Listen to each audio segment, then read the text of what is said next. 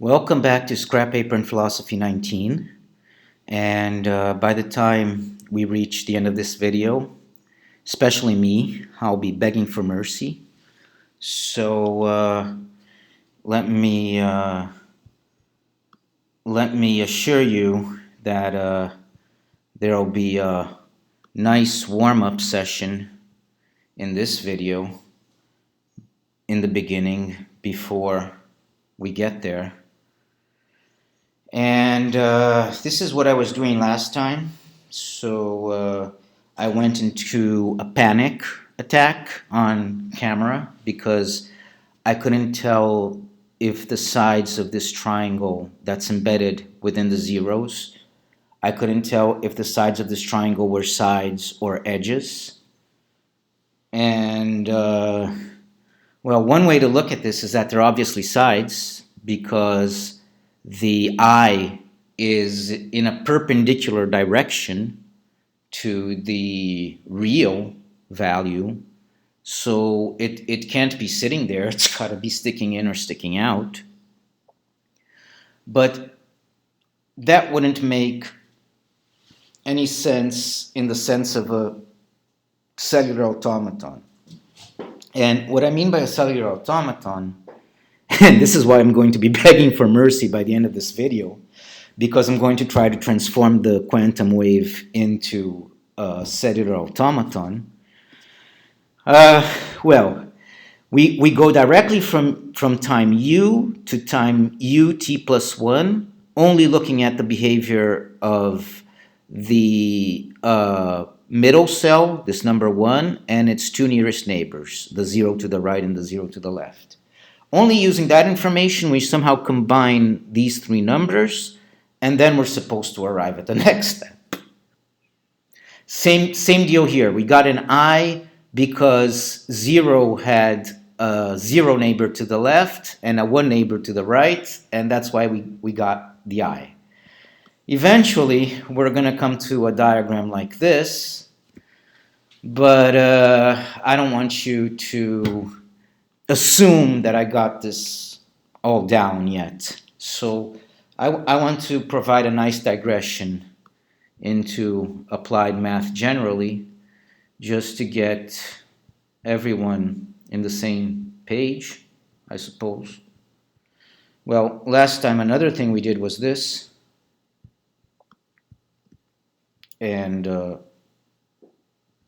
this differential equation, u plus u sub xx equals 0, u plus the second spatial derivative of u with respect to x equals 0. But what we're really looking at is the solution. Well, first thing I'm going to do here is just rewrite. I'm going to replace the spatial variable x by the time variable t, and that's legitimate because I'm still assuming this is an ordinary differential equation. Just because I rewrote it with t, I'm not assuming that this suddenly became a partial differential equation. You know, somewhere in the middle, I mean, there's a middle ground where it's acting, it's solved as an ordinary differential equation, but it plays a role in a partial differential equation, but we're not there yet. We just replaced the x variable with the t variable, and we know what that means. We know where instead of thinking of a spatial variable, we're thinking of a time variable. That's legitimate, you know. And since we're really looking at the function u equals e raised to the it, we have du dt equals I times e raised to the it. That's just a chain rule. And then the derivative of that is, again, chain rule, I squared e raised to the it. And we're combining the first derivative and the second derivative in what I've got boxed there. So we want that information, that the first derivative ut equals I times u. And we want that information there, given by the first equation, that u plus utt equals 0. With that, we have this beautiful drawing here, and where we have everything going from the origin of a circle.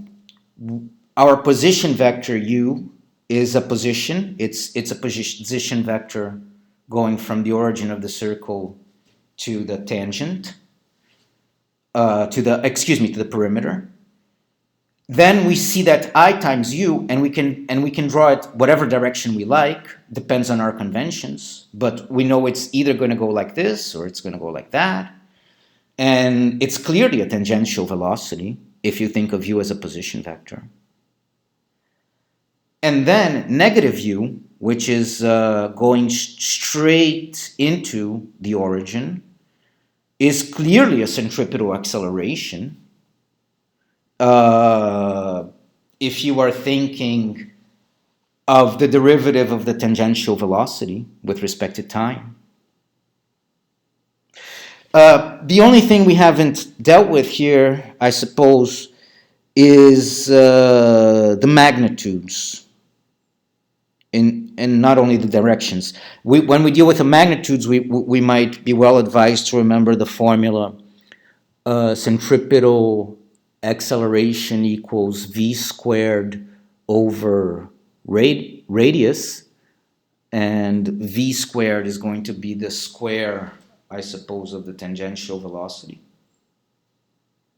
Well, you see, there's a lot of games we can play at this level, and so what I'm going to do next is kind of doomed to failure, because why not just work with this, which is so beautiful, but well, I have an agenda, I suppose,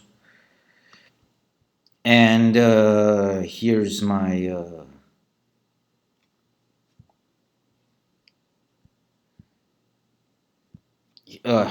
let's see. So here's my two cosmic truths. One of them is the coordinate postulate, which I can show you again there. That which has the same speed in every direction is identically stationary, and so the speed is zero. And what that means is that the speed of light in vacuum is zero. And so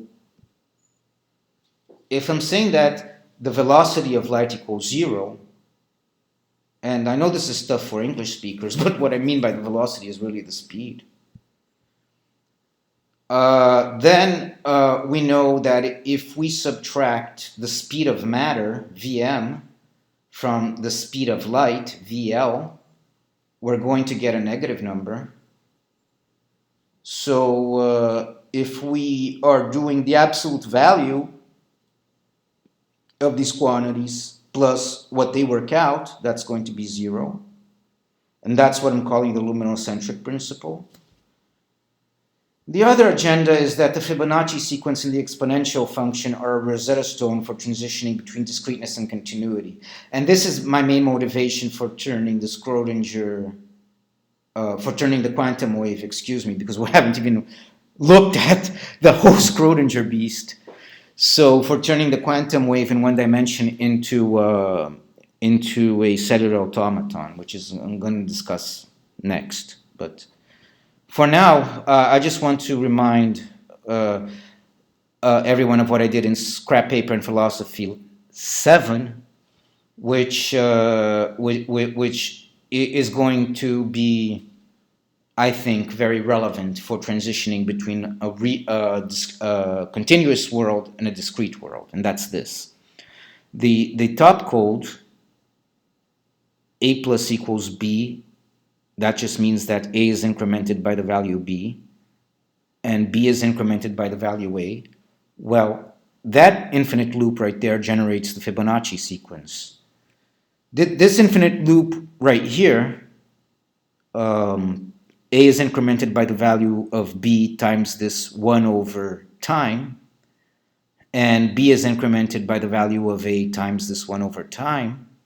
Well, this infinite loop right here generates the exponential function, the natural exponential function, every time t.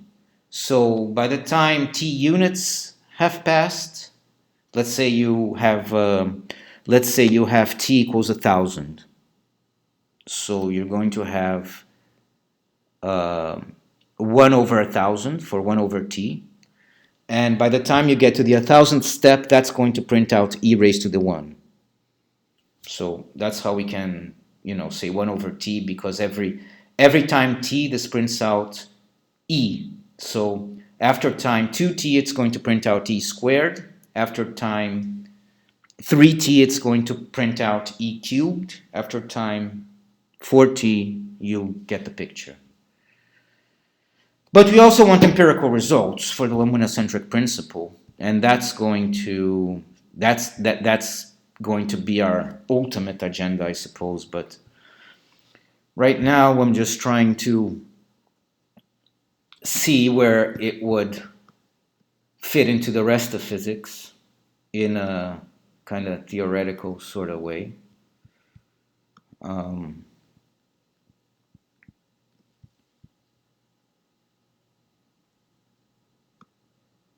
Maybe I'll skip the warm-up into cellular automatons and just go right into it. Here's the 1D 1D quantum equation without the forcing and without the i's, right? Just using real numbers. We just took the I out of the equation.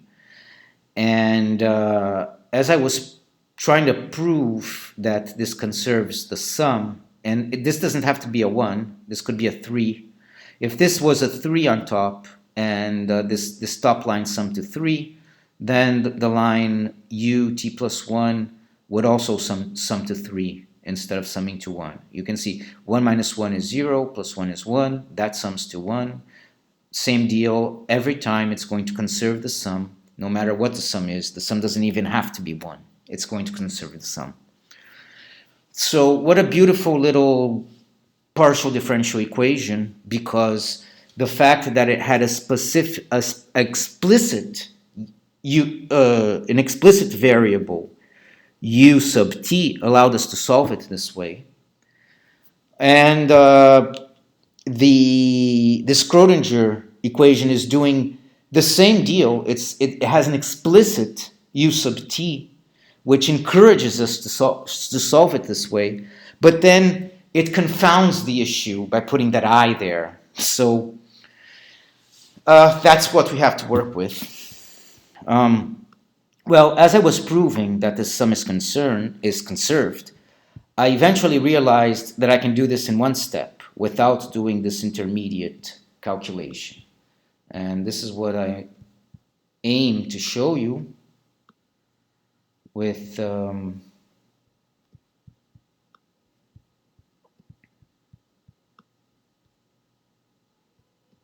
let's see.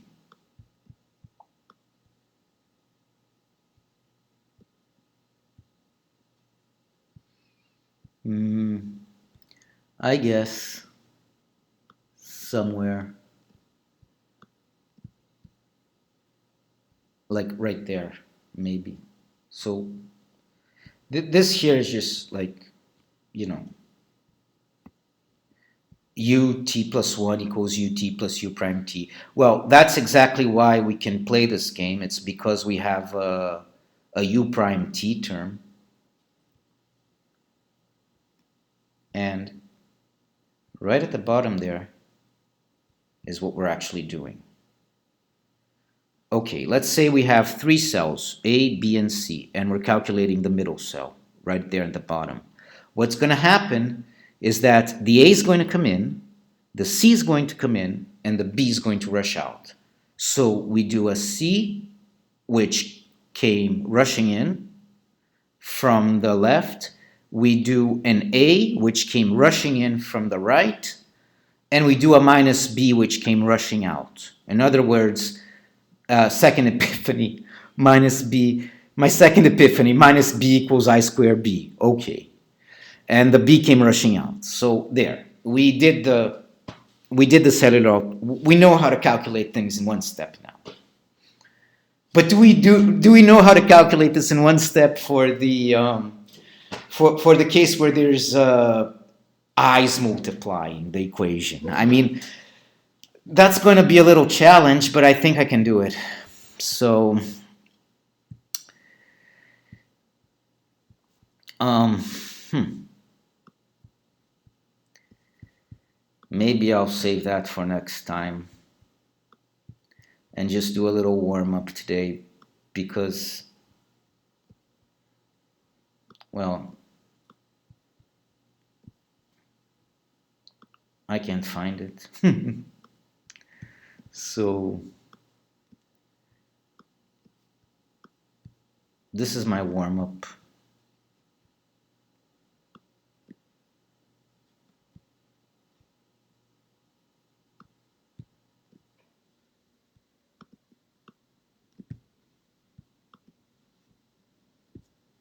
Ah, where is it?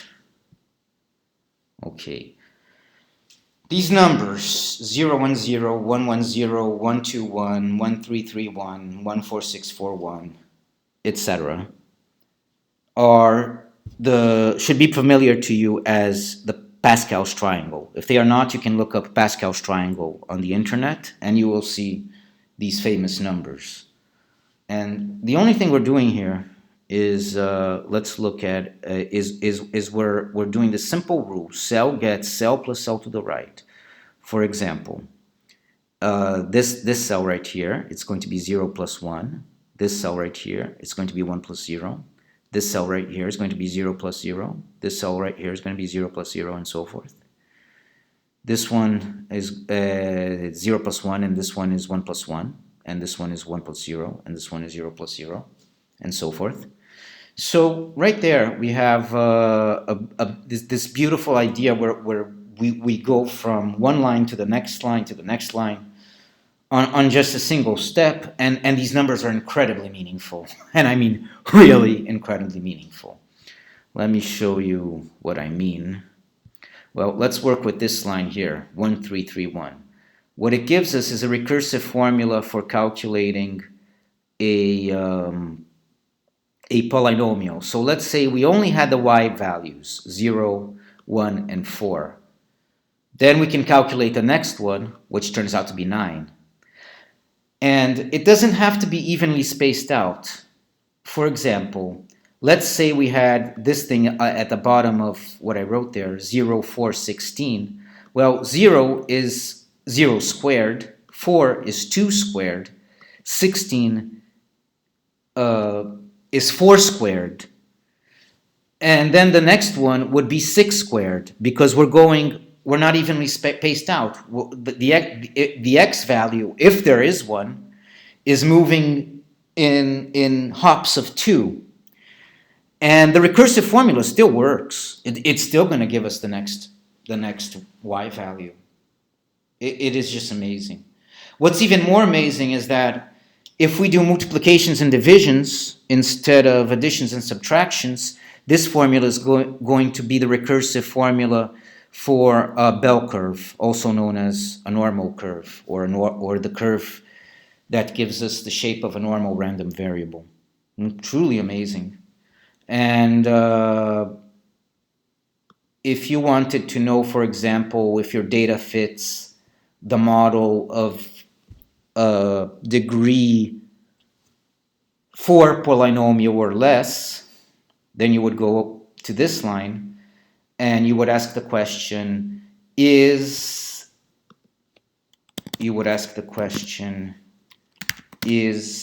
f of n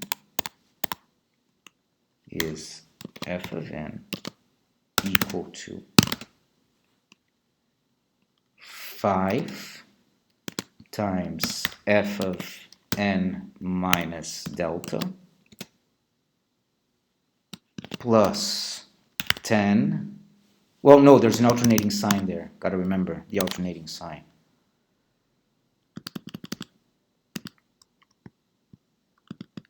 Minus, and since we had a 1 in the beginning, why don't we say 1 times f of n right there on the left? Minus 10 times f of n minus 2 delta. Then we go plus 10 times f of n minus 3 delta minus,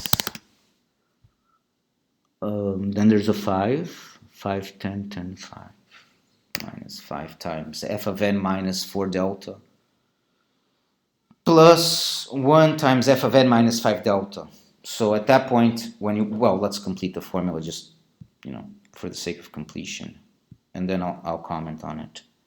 So minus 5 times f of minus 5 times f of n minus 4 delta plus f of n minus 5 delta. So you need the 5 data points. You need the data points f of n minus delta, f of n minus 2 delta, f of n minus 3 delta, f of n minus 4 delta. No, you need 6 data points, because then you need the f of n, because you're asking a question. Is f of n equal to that stuff? And if the answer is yes, then what you're looking at is, well, as it agrees with the rest of the data, you can pick any part of the data, and you can even try to define calculations of what the d really is, but we wouldn't use that. I mean, in order to do that, we could use something even more curious, which would be, by the way, if yes, you are looking at degree for polynomial or less. It would work for a line. This formula would work for a line. This formula would work for degree 2 polynomial. It's just that you wouldn't need it for a line. For a line, you would have this formula: f of n equals 2 times f of n minus delta minus f of n minus delta. No, minus 2 delta, excuse me. So if you are looking at this f of n equals, you are looking at the degree for polynomial, let me just put that, or less. And here the question is, if yes, you are looking at degree 1 polynomial or less. And you can also read that formula off of Pascal's triangle. Now, if you are looking at the formula like Bell's curve or the normal curve, what you would be conserving instead of differences of differences would be ratios of ratios. But I'm just digressing too much. Anyways, I'm digressing because it's a fascinating subject, and just to maybe show you what I mean by fascinating subject is, like, I have some other scrap paper.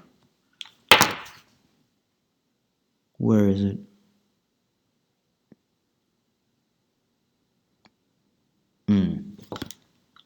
I don't know. I'll find it. So I think I can close this and this and this.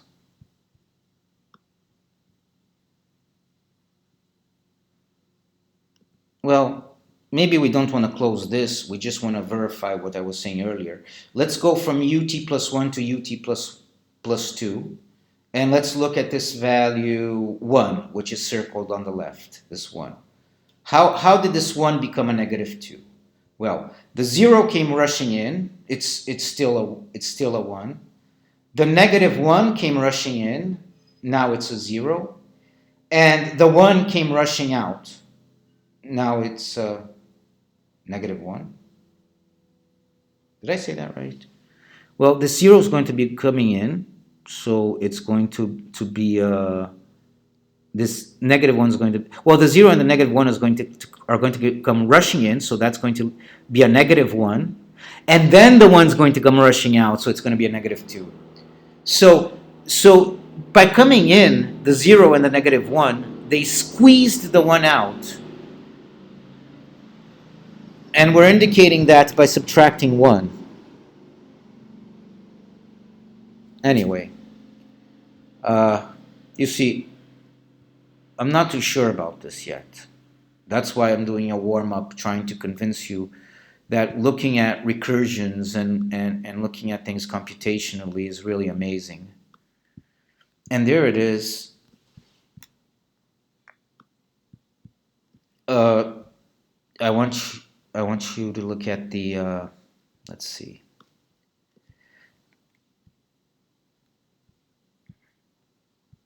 I want you to look at the formula for the factorial.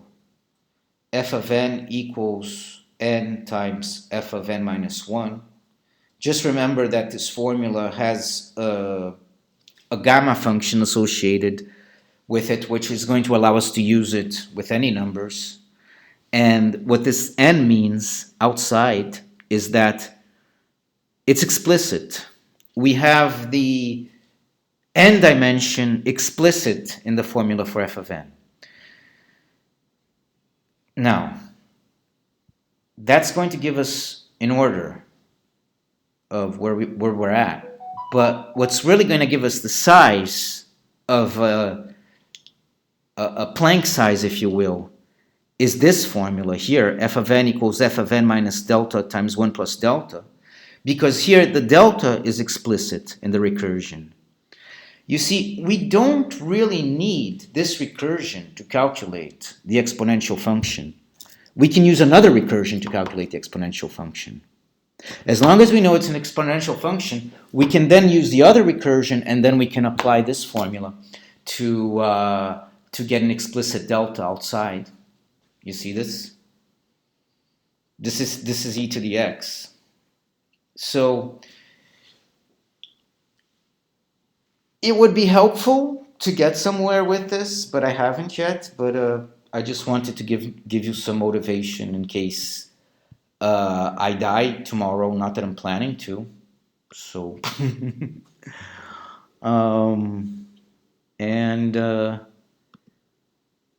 well, I'll stop now. Thanks for watching. See you hopefully on Scrap Paper and Philosophy 20.